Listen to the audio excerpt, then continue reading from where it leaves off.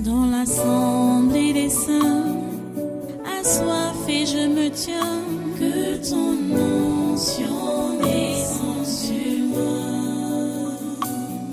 Conscient que mon destin est dans le creux de ta main, que ton onction descende sur moi. Je suis disposé, assoiffé, que ton onction descende sur moi. Je suis disposé, assoiffé,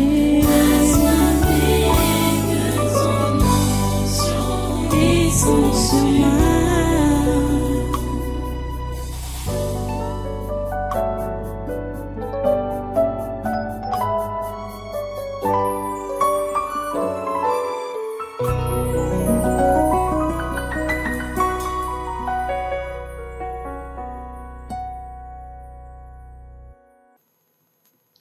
Alléluia. Voilà, prenez donc vos Bibles et vous ouvrez avec moi dans l'évangile de Luc au chapitre 7. La lecture aujourd'hui sera longue. Hein? On va lire du verset 36 jusqu'au verset 50. Évangile de Luc, chapitre 7, verset 36 à 50. Si vous êtes à la page, nous allons lire maintenant. Voilà, nous disons. Un pharisien pria Jésus de manger avec lui. Jésus entra dans la maison du pharisien et se mit à table. Et voici une femme pécheresse qui se trouvait dans la ville. Ayant su qu'il était à table dans la maison du pharisien, apporta un vase d'albâtre plein de parfums et se tint derrière, aux pieds de Jésus. Elle pleurait et bientôt elle lui mouilla les pieds de ses larmes, puis les essuya avec ses cheveux, les baisa et les oignit de parfum. Le pharisien qui l'avait invité, voyant cela, dit en lui-même, « Si cet homme était prophète, il connaîtrait qui et de quelle espèce est la femme qui le touche. Il connaîtrait que c'est une pécheresse. » Jésus prit la parole et lui dit, « Simon, j'ai quelque chose à te dire. » « Maître, parle, répondit-il. Un créancier avait 2 débiteurs. L'un devait 500 deniers et l'autre 50. Comme il n'avait pas de quoi payer, il leur remit à tous 2 leurs dettes. Lequel l'aimera le plus? Simon répondit, celui, je pense, auquel il a le plus remis. Jésus lui dit, tu as bien jugé. Puis, se tournant vers la femme, il dit à Simon, « Vois-tu cette femme? Je suis entré dans ta maison et tu ne m'as point donné d'eau pour laver mes pieds. Mais elle les a mouillés de ses larmes et les a essuyés avec ses cheveux. Tu ne m'as point donné de baiser. Mais elle, depuis que je suis entré, elle n'a point cessé de me baiser les pieds. Tu n'as point versé d'huile sur ma tête, mais elle a versé du parfum sur mes pieds. C'est pourquoi, je te le dis, ses nombreux péchés ont été pardonnés, car elle a beaucoup aimé. Mais celui à qui on pardonne peu, aime peu. Et il dit à la femme, tes péchés sont pardonnés. Ceux qui étaient à table avec lui se mirent à dire en eux-mêmes, qui est celui-ci qui pardonne même les péchés? Mais Jésus dit à la femme, ta foi t'a sauvée, va en paix. Prions le Seigneur. Dieu Tout-Puissant, nous te remercions pour ta parole de ce jour et nous te prions pour que tu puisses donner des oreilles de disciples à tes enfants afin qu'ils puissent bien la saisir et l'appliquer chacun en ce qui le concerne dans sa vie personnelle. Ô Dieu, que tu es merveilleux, que tu es fantastique, que tu es formidable, que tu es miséricordieux, que tu es amour, que tu es bon. Reçois toute la gloire et tous les honneurs. Au nom puissant de Jésus, nous avons prié. Amen. Amen. Voilà, prenez place dans sa sainte présence et soyez tous les bienvenus à ce congrès du surnaturel encore de ce jour, le 6 avril 2025. Voilà, nous sommes sur le point de vouloir clôturer notre séminaire de ce mois. Même comme on ne peut même pas parler de clôture, Dieu a encore des choses à nous dire. Hein? Vous savez, je l'avais déjà enseigné ici, que Dieu n'a pas encore fini avec nous. Et il nous le démontre tout le temps et toujours. Il n'a pas encore fini avec nous. Nous sommes là sur les pièges des esprits familiers. Et nous voyons que ceux qui sont facilement attrapés par des pièges que les esprits familiers tendent, ce sont ceux qui n'ont pas pris une décision prompte pour suivre Jésus en tout abandonnant. Ce sont ceux-là qui sont facilement rattrapés ou attrapés par les pièges des esprits familiers. Vous comprenez ça? Aujourd'hui, nous avons déjà vu 6 exemples des personnes qui ont suivi Jésus et qui ont été transformées par Jésus. J'ai pris l'exemple de 6 apôtres, 5 apôtres. J'ai pris les exemples de 5 apôtres. Bon, c'est volontairement que j'ai décidé de prendre une autre personne qui n'était pas apôtre, mais qui a eu une décision prompte. Zachée, c'était hier, quand on voyait l'exemple de Zachée. Bon, comme on est des hommes, quand on parle homme, c'est masculin et féminin. Je n'ai pas voulu clôturer sans prendre l'exemple d'une femme aussi. C'est pourquoi j'ai pris l'exemple de cette femme, qu'on a appelée la pécheresse. Son exemple est aussi parlant. Elle a entendu parler de Jésus. Et Jésus a été reçu par un religieux. Les religieux avaient l'habitude de recevoir Jésus. Hein? Ils avaient l'habitude de le faire. Puisque Jésus enseignait la parole de Dieu, donc ça c'est le propre des religieux. Ils pensent souvent que ce sont leurs sacrifices qui vont leur ouvrir la porte des cieux. Donc le fait même de recevoir l'homme de Dieu, c'est un sacrifice. Donc ça peut contribuer à l'ouverture de la porte des cieux pour lui. Simon, c'était son nom, ce religieux-là. Il a donc reçu Jésus. En recevant Jésus, il a oublié les règles élémentaires de leur tradition, que ce soit la tradition, on peut dire, naturelle. N'en parlons donc pas de la tradition des religieux. Il fallait se purifier, toujours et toujours. Et quand tu reçois un étranger, normalement, il fallait donner de l'eau pour laver les pieds, pour se laver les pieds, se nettoyer. Parce qu'il devait se mettre à table pour manger. Mais cela a échappé à Simon. Il y avait une femme pécheresse dans la ville, dans le coin. Oui. Il y avait une femme pécheresse dans la ville.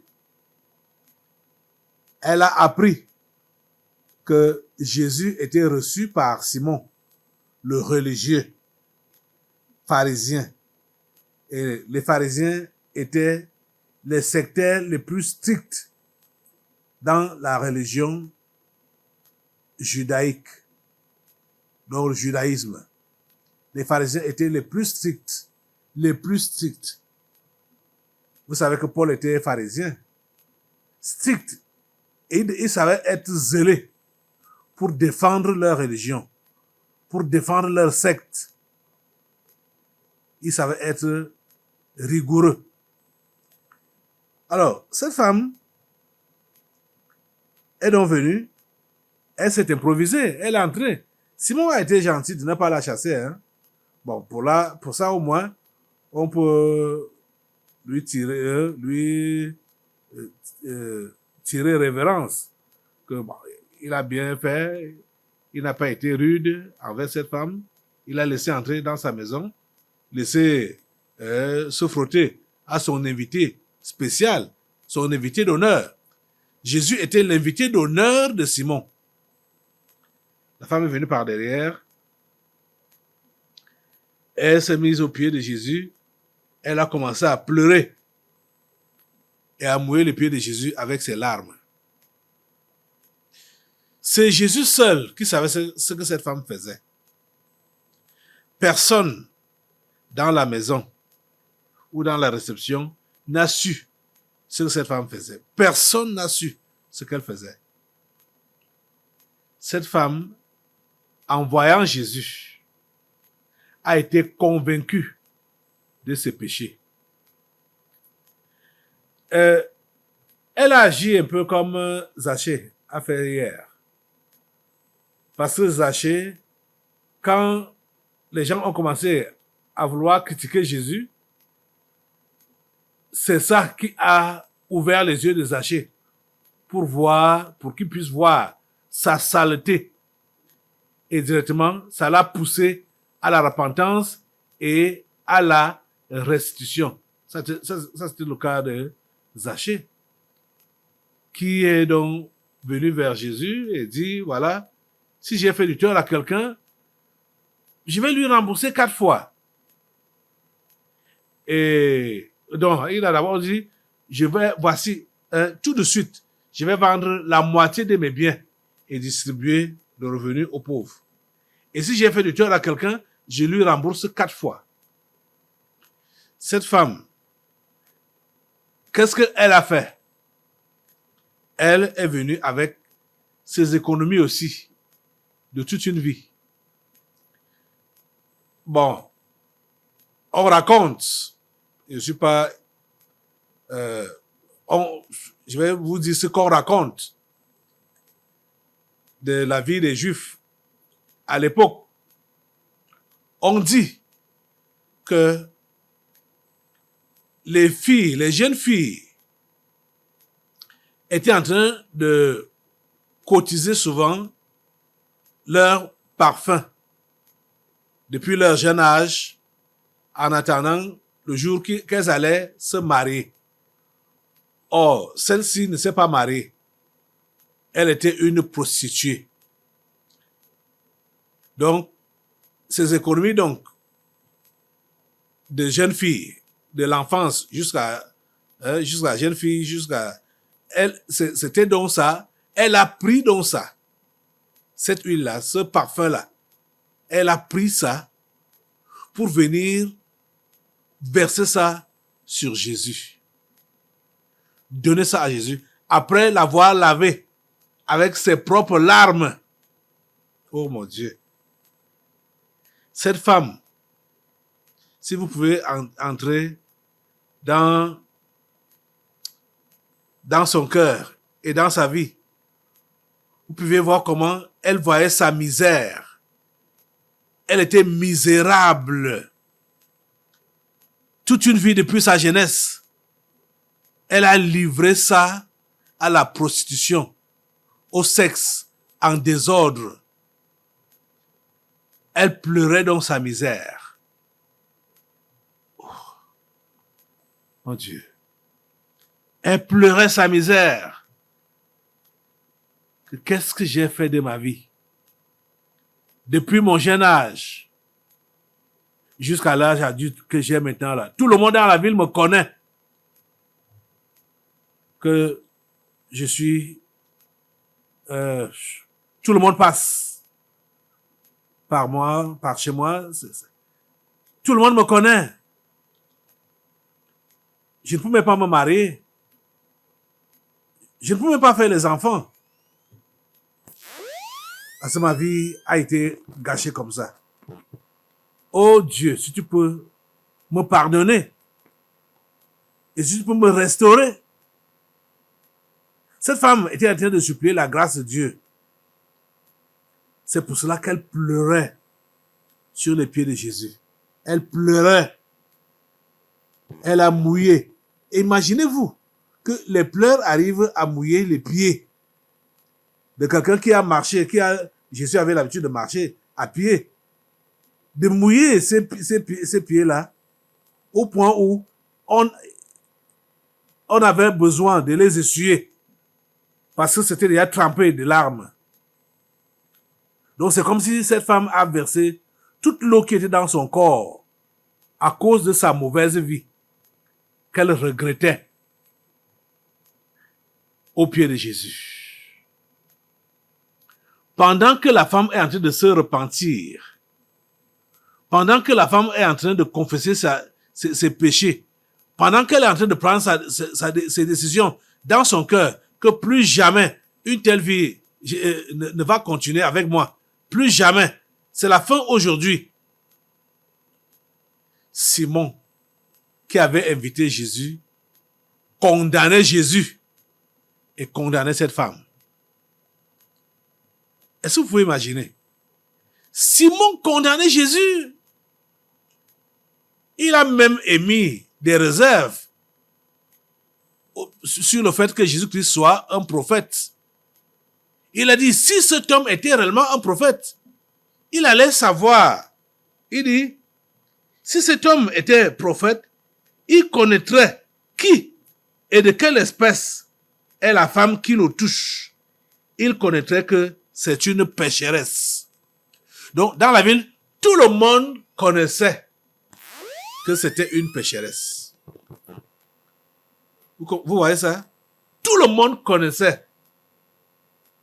Et Simon croyait que Jésus était ignorant. On a vu hier, avec Zachée, que Dieu nous connaît.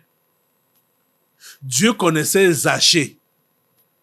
Ce n'est pas Zachée qui a fait l'exploit d'aller monter sur l'arbre pour voir Jésus. Ce n'est pas lui qui a fait l'exploit. Avant qu'il ne fasse ce geste-là, d'aller monter sur le sycomore, Jésus l'avait déjà vu depuis longtemps. Et Jésus avait déjà planifié aller manger chez lui depuis longtemps. Jésus avait déjà planifié le sauver depuis longtemps. Il le connaissait par son nom. C'est la même chose avec cette femme. Jésus la connaissait. Jésus savait que cette femme allait venir se repentir, qu'elle allait verser toutes les économies de sa jeunesse, de sa vie, on peut dire de sa vie, qu'elle allait verser ça sur ses pieds et sur son corps. Jésus le savait. Mais le pharisien qui l'avait invité pensait que Jésus était ignorant. Il a commencé à émettre les doutes sur l'authenticité de Jésus d'être prophète. Il connaîtrait. S'il était prophète, il allait savoir. Il connaîtrait qui et de quelle espèce est la femme qui le touche. Elle était de quelle espèce? Espèce de prostituée. Elle était une espèce de prostituée. Une femme qui avait une sale vie. Jésus la connaissait. J'ai dit, tu dois le savoir, que même si tu as plongé dans quoi, même si tu es dans quoi, Jésus te connaît. Ce que Jésus demande de toi, c'est seulement la sincérité de ton cœur là. Pour que tu montres, pour cette femme-ci, comme pour l'exemple de cette femme-ci, pour que tu montres l'amour sincère que tu as pour lui. Parce que c'est ce que cette femme a fait. Elle a montré l'amour sincère qu'elle avait pour Jésus, pour Dieu. L'amour sincère, pas de l'hypocrisie. Parce qu'aujourd'hui, on a affaire avec beaucoup d'hypocrites. Beaucoup d'hypocrites qui sont à l'église. Depuis des années. Ils ont dit qu'ils ont cru. Pourtant, ils sont faux. Ils sont faux. Ils sont pas vrais. La repentance n'a jamais été sincère. Cette femme n'a pas versé les larmes de crocodile. Cette femme a versé les larmes de repentance ou les larmes du repentir, du vrai repentir. Et cette femme a fait ça avec foi, croyant que Dieu la voit, Dieu l'écoute, Dieu l'exauce et Dieu l'accueille. Cette femme avait cette foi-là. C'est pour cela qu'elle n'a pas eu de réserve. Elle a donné tout ce qu'elle avait. En fait, en versant ce parfum sur Jésus, c'est toute la vie, c'est toute sa vie qu'elle versait sur Jésus comme ça là. Sans réserve. C'est comme ça que Jésus veut que nous puissions venir à lui. Nous verser à lui. Verser toute notre vie. C'est ça, le vrai repentir. La vraie repentance. C'est ça. Il n'y a rien qui pouvait ramener cette femme en arrière. Parce que le geste qu'elle a fait, c'était un geste déterminant. Elle ne comptait plus sur rien d'autre. Elle comptait seulement sur l'amour de Dieu. Elle comptait seulement sur la miséricorde de Dieu. Elle comptait seulement sur la grâce de Dieu. Vous comprenez ça? Ces exemples nous interpellent. Toi, comment tu fais? Vous voyez que cette femme, elle a un peu fait comme ça peut se faire aujourd'hui. Tu es venu là peut-être sans être invité, ou alors tu as été invité. Hein? Et maintenant là, Jésus est en train de t'être enseigné. Tu dois, c'est-à-dire en entrant ici, je ne sais pas avec quel esprit tu es entré ici, je ne sais pas quelles sont les idées qui passaient dans ta tête. Tu dois comprendre une chose. Ce que tu dois désirer de Dieu, fortement, avec tout ton cœur là, ce n'est pas beaucoup d'argent. Ce n'est même pas la santé physique. Ce n'est même pas le bien-être physique là. Hein? Ce n'est pas les voitures. Ce n'est pas les maisons, les habits. Ce n'est pas la grande vie. Ce que tu dois désirer de Dieu ou demander à Dieu, ce n'est pas toutes ces choses-là. Je t'assure. Ce dont tu as le plus besoin, c'est le pardon de tes péchés. Cette femme a compris que ce dont elle avait le plus besoin, c'était le pardon de ses péchés. Cette femme a connu beaucoup d'hommes, les riches comme les pauvres. Vous savez que la prostituée n'a pas de goût. Elle prend tout ce qui vient dans sa route. Donc, cette femme avait tout vu. Elle avait tout vu. L'histoire est bizarre. Parce que vous allez voir, par exemple, comme Judas. Judas, je parle de Judas, l'enfant de Jacob. Quand sa femme est décédée, Judas n'avait pas de femme. Judas a vu sa belle-fille qui s'était déguisée. Il a donc cru que c'était une prostituée. Et il a donc voulu se défouler chez elle. C'est pourquoi je dis que l'histoire là est bizarre. Que n'importe qui, c'est-à-dire quand je vous parle de prostituée de cette femme, que elle a vu toutes les qualités de personnes étaient passées chez elle. La prostituée reçoit toutes les qualités. Pouvez-vous imaginer que l'ancêtre de Jésus, Judas, a désiré coucher avec une prostituée, comme sa belle-fille s'était déguisée en prostituée. Il a vu, il a demandé si il pouvait coucher avec elle. Elle a accepté avec condition. C'est ça qui a sauvé cette femme. Parce qu'elle allait être lapidée. Pour ceux qui connaissent l'histoire. Donc, les prostituées reçoivent toutes les qualités de personnes. Donc, en ce qui concerne le plaisir. Donc, vivre la vie. Comme ce petit musulman qui disait qu'il ne veut pas mourir. Mourir, aller au ciel. Il dit, non, pas maintenant. Je ne veux pas aller au ciel maintenant. Je veux vivre. C'est donc ça. Donc, les plaisirs de cette vie, plaisir sexuel, plaisir du manger et du boire, plaisir, l'ambiance.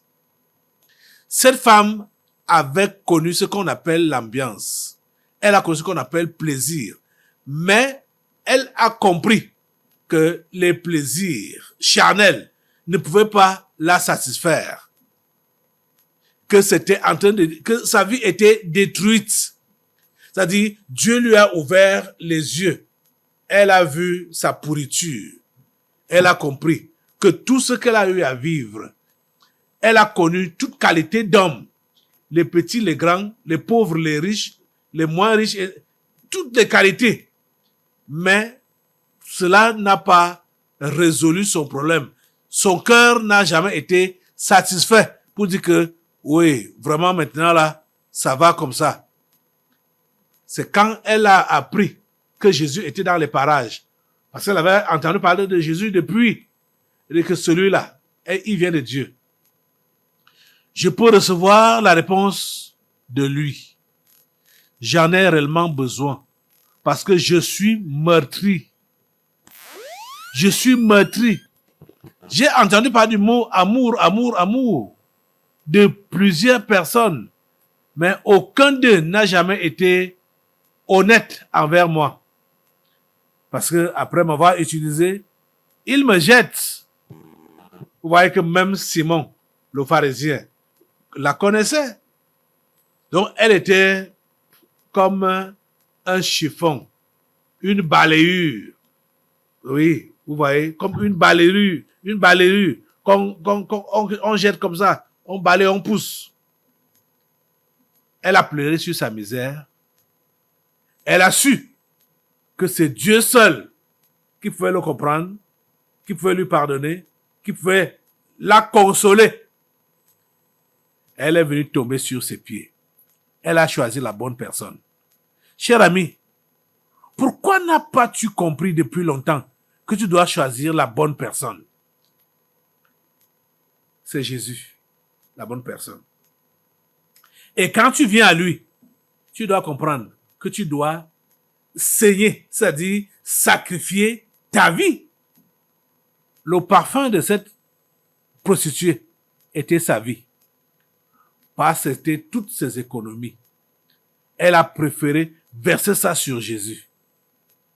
Elle s'en est débarrassée. Et c'était pour recevoir quoi? Pour recevoir de l'amour véritable et le pardon. Dieu t'aime, cher ami. Dieu t'aime. Tu as déjà entendu ces mots-là de beaucoup de personnes autour de toi ou dans ta vie. Mais l'amour de l'homme, c'est passager, hein? Ce n'est pas sincère. C'est pas sincère. Tu comprends ça?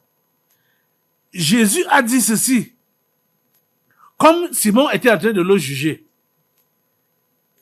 Jésus a donc voulu montrer à Simon que, Simon, tu ne connais pas cette femme mieux que moi.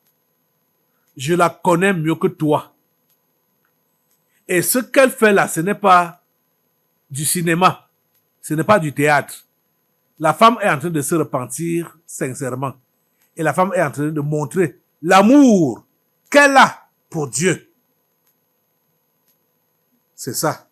C'est pourquoi il lui a donc proposé une parabole. Un créancier avait 2 débiteurs. L'un devait 5 deniers et l'autre 50.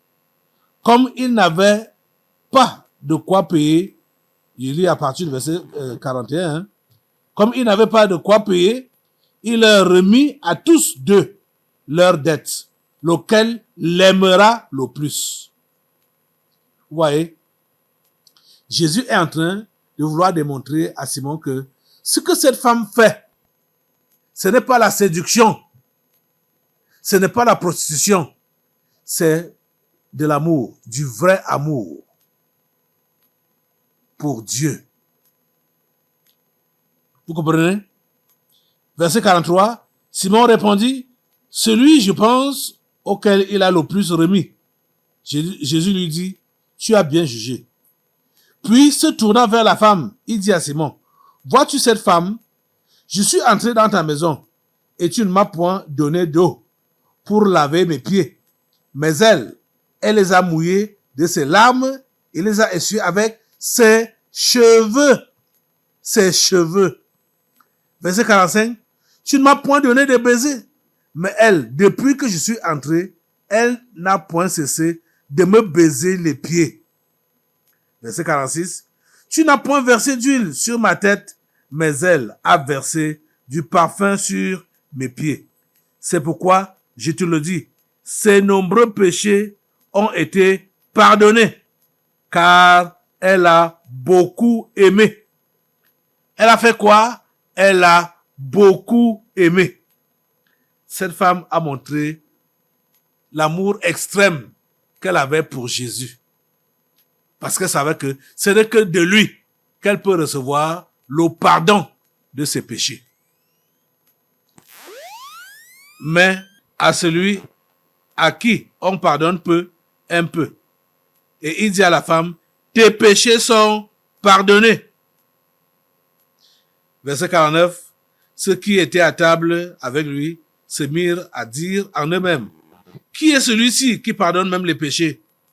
Verset 50, mais Jésus dit à la femme, ta foi t'a sauvé, va en paix.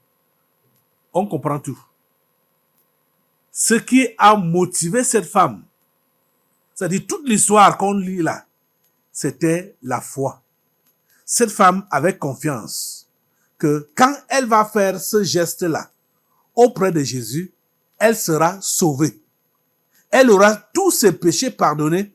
Elle aura sa vie passée pardonnée par Dieu et oubliée par lui. Elle savait ça. Et c'est pour cela qu'elle a fait ce geste au milieu des gens, sans avoir honte.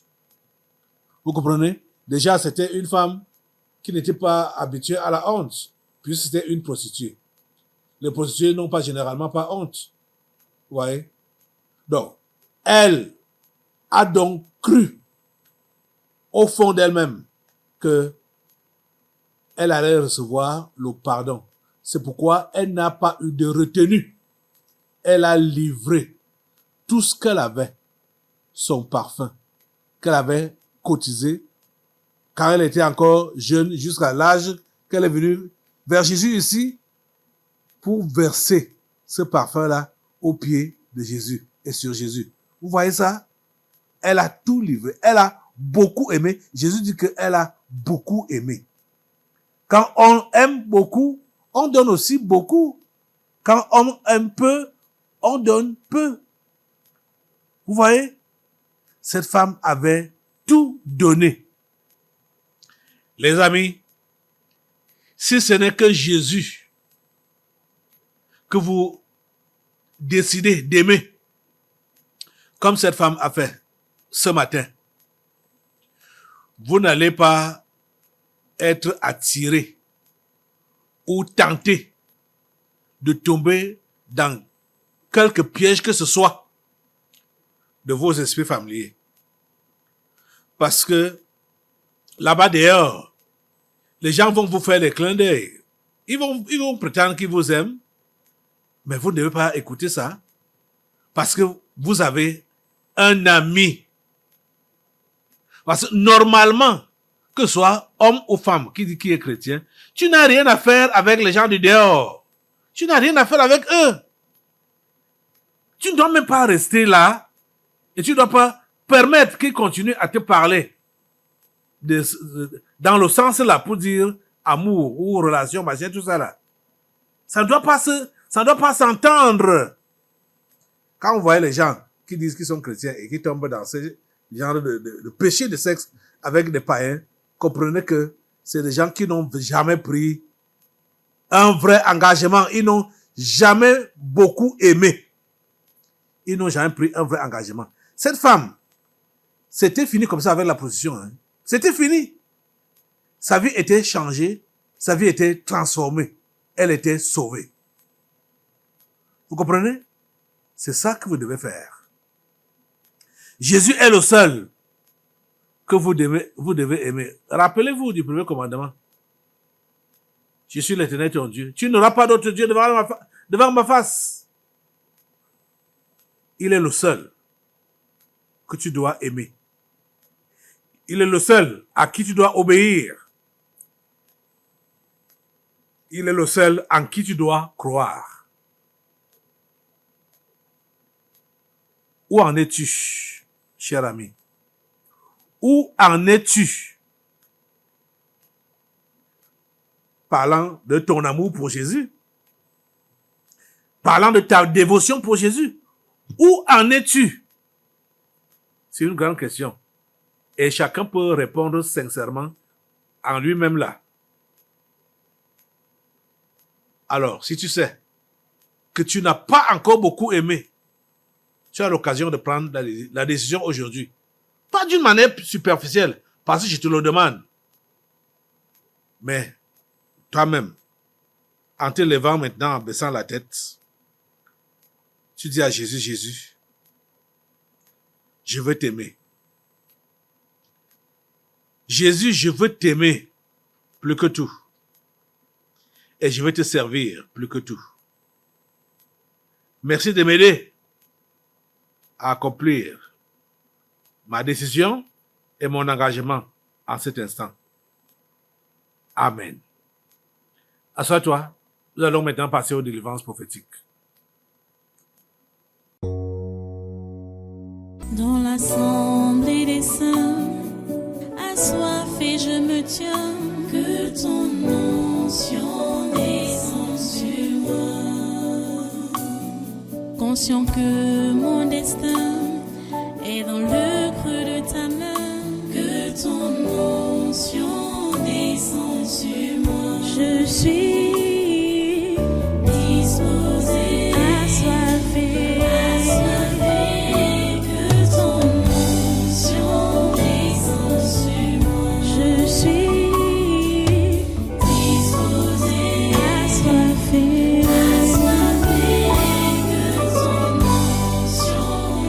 So